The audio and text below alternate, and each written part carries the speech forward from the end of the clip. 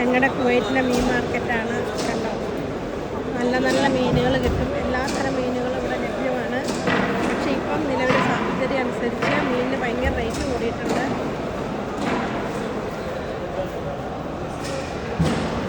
ഒത്തിരി മീനുകളുണ്ട് ഇവിടെ.